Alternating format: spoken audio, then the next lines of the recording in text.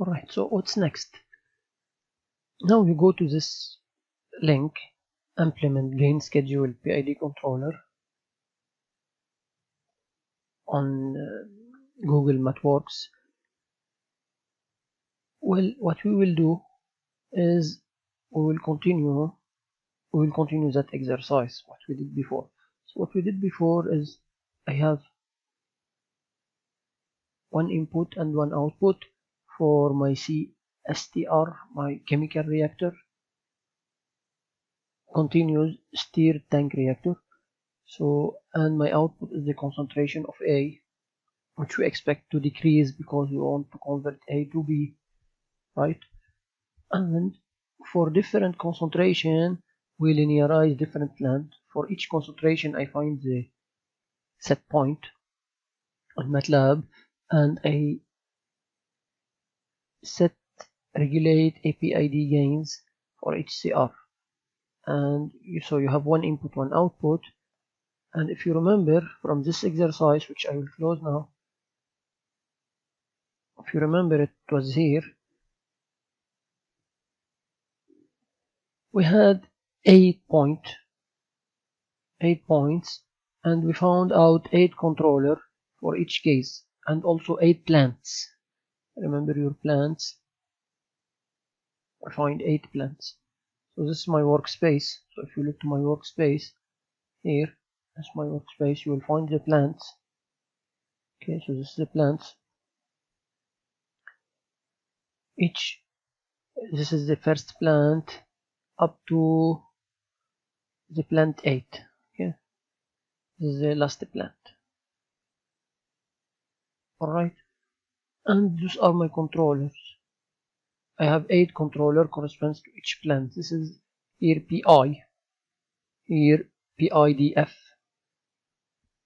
You know, its derivative with filter, etc. for the 8 plants. Okay, so that's what we did before. And it is similar to your homework also. That's what you will do. The homework that you will do here, similar to it, that's what you will do. Okay, following this YouTube. Then, what's next in this exercise here? We ask you to implement your PID with the gain on Simulink. So I take this system, that's the subsystem. If you open it, okay.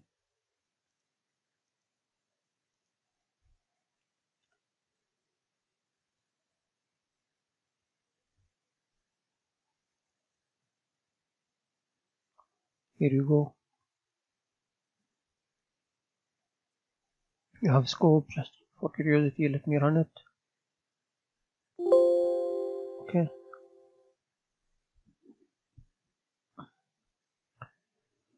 This is how my output following my input. Looks like this is your set point. That's the set point. And if you look to the output, it's exactly. So can I have both? Yes. So they are the same, up to 200 seconds. Oh, that's how your output is going. And your set point is what? Is your CR. Wow, so now for taking CR equal 9, 8, 7, up to 2. Then 2 up to 9. Okay, and from 9 here, and then from here to there.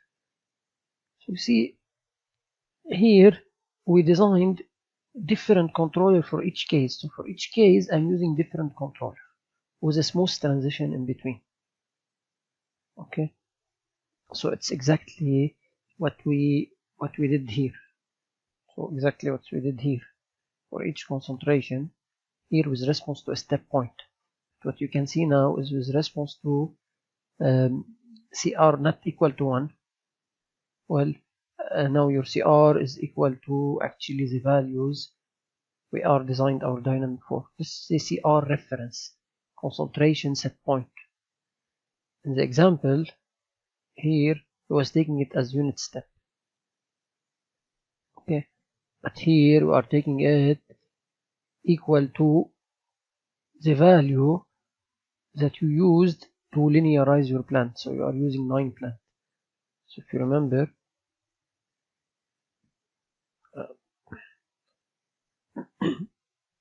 your C 2, 3 up to 9. Good. So we ask you now to implement the PID controller with the gain, PID gain, schedule gain in a Simulink block, not in. So if you look up to here, it's exactly the same problem we had in the previous exercise, previous tutorial. In this link, we are putting it in a subsystem. That's the output. We are feeding back the output, comparing it to the set point, and the error is entering a PID controller. Well, what is this PID controller? This PID controller, it is varying PID controller. We call it varying PID controller. So now, if I click PID, you will find varying PID. Click on it, and you will have a varying PID. So it's the PID block in which you can enter the PID and N parameter. Well, let me write a normal PID. Just the PID here. Here is your PID. If you double click on it and you say internal, you put instead of internal external, apply. At the end you will get same thing. Okay. So you see both the same. So that's the PID you are using. So here is the block that you are using here. So what's this? This is a P lookup table, I lookup table, D lookup table, and N lookup table. What's this? Actually, if you double click on it, it's called lookup table. Let me go in here and find a lookup table. Okay. If I write lookup table, you will find lookup table. Okay. Actually, here, let me go here. 1D lookup table, Simulink. I'm looking for a Simulink, not this. This is version HDL toolbox conversion. I know. So we use Simulink lookup table. So you have 1D, 2D, 3D, MD. Okay, Simulink block. I pressed on 1D. That's the lookup table. So then I'm taking a lookup table here, putting 2, 3, 4 lookup table on which they have one entrance. So I'm taking the CR, the output, which is the concentration of material A. What happens here, you are checking the material, or here or everywhere. At the input, you are checking the material. Look at table, it's checking the material, and based on the material, based on the value of CR, it's providing at the output a different gain. Maybe for CR1 providing D1, for CR2 it will give you an output D2. So let's see how to implement them. Now you know how to put this and how to put the PID. So then, and how it works as well. For each CR1 you get from here, it gives you a corresponding D or N or etc. or P. So how to implement it? You put here your X value and here is the Y value. It becomes as a function. For CR1 you have P1, assuming it's here. For CR2 you calculated P2 or KP2, I call it KP2, KP1, KP2, KP3 up to. For CR8 you have, assuming it's here, okay, assuming this is KP8. So then it is discrete, that's right, but the lookup table, what it's doing for you is converting it to a function, assuming it is like this. Maybe it is this function, or depends if you have like maybe. So it will means at the end, if you take a value in between 2 points which you didn't compute the gain for it, it will estimate it, and so then you have here this table, it also gives you smooth transition. It's taking the points, the 8k proportional gain value you found for each concentration, and regrouping it this way, and putting the function for it. Everything is happening in here, so you have smooth transition now. Alright, you have smooth transition. So you put here your x axis, which is c in our case, and here you put your y. In my case, the y is controllers.kp. So if I go and find controllers.kp, so I will find 8 kp gain. Right, if I go to my workspace and write controllers.kp, I find the 8 kp gain. If I say c, I will find the 8c. Alright, so you put it here, you put it here, and that's everything. So you do the same for I, controller.ki, for d, controllers.kd, and for n. So remember, that's for n. Why is it for n? When you look at n, it's that how, right? N over 1 plus n over s, or the other formula, which is with tf. If you look at the controllers, we already did, we found the controllers before.